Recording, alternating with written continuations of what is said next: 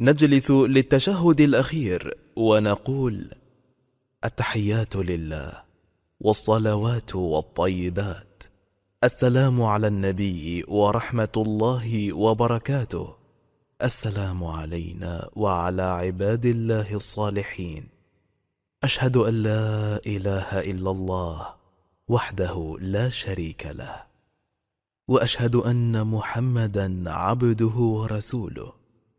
اللهم صل على محمد وعلى آل محمد كما صليت على إبراهيم وعلى آل إبراهيم، وبارك على محمد وعلى آل محمد كما باركت على إبراهيم وعلى آل إبراهيم في العالمين.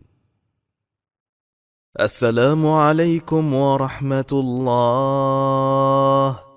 السلام عليكم ورحمة الله.